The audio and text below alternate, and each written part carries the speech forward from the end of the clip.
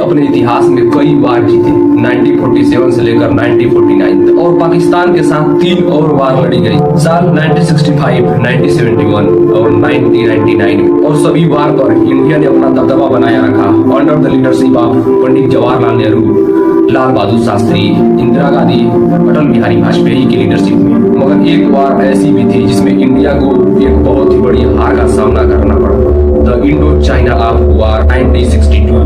दो देशों के बीच लड़ी गई इस वार का असर आज तक देखने को मिला इंडिया चाइना के रिलेशनशिप पर। आखिर क्या कारण रहा होगा इस वार के पीछे, आइए जानते हैं आज के इस वीडियो में।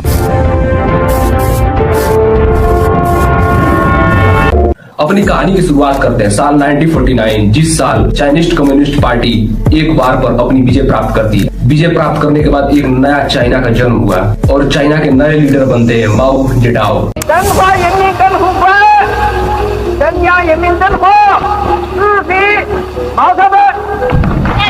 और दूसरी तरफ इंडिया को 2 साल पहले आजादी मिलती है 1947 और देश के पहले प्रधानमंत्री बनते हैं Pandit Jawaharlal Nehru ji. The stroke of the midnight hour, when the world sleeps, India will awake to life and freedom.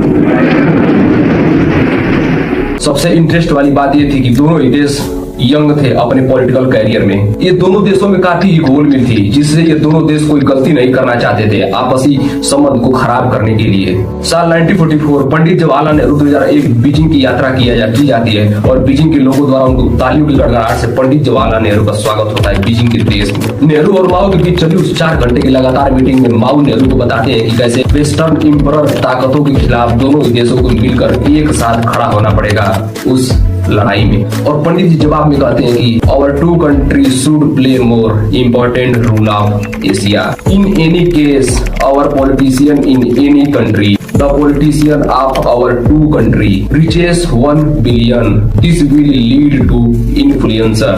और यहीं से शुरू हुआ हिंदी चीनी भाई भाई का नारा।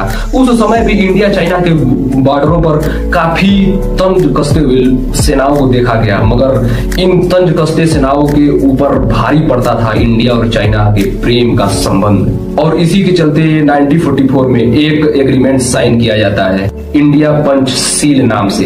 इस एग्रीमेंट में 5 मुख्य बिंदु थे। दोनों ही देश एक दूसरे को संबंध के रूप में देखेंगे, दोनों ही देश एक दूसरे के इंटरनेशनल रिलेशनशिप को बरकरार रखेंगे आपसी संबंध को लेकर। और भी बहुत सी बातें थी एग्रीमेंट में। कुछ लीडरों का मानना था कि इन दोनों देशों के रिलेशनशिप को खराब करने के लिए एक तिब्बत का ही झगड़ा था, जो अपना कहर धीरे धीरे दिखाने लगा था हिंदी चीनी दोनों देशों के बीच में। 1945 में माओ ने निमित्त को डिबेट कर दिया था। ज्यादा कुछ कर नहीं सकता था, मगर इंडिया के रूल के खिलाफ था। मगर पंडित जवाहरलाल नेहरू ने उस समय भी इस दोनों संबंधों के बीच बरकरार रखते हुए इस पे समझौता करने के लिए तैयार थे।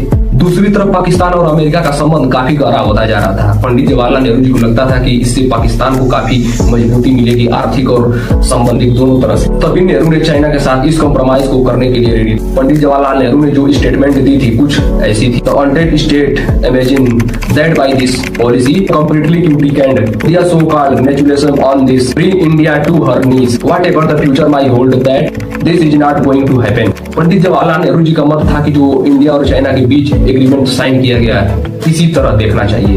आगे की कहानी का वीडियो का एपिसोड मैं अगले दिन यूट्यूब पे पोस्ट कर दूंगा। तब तक के लिए राम राम।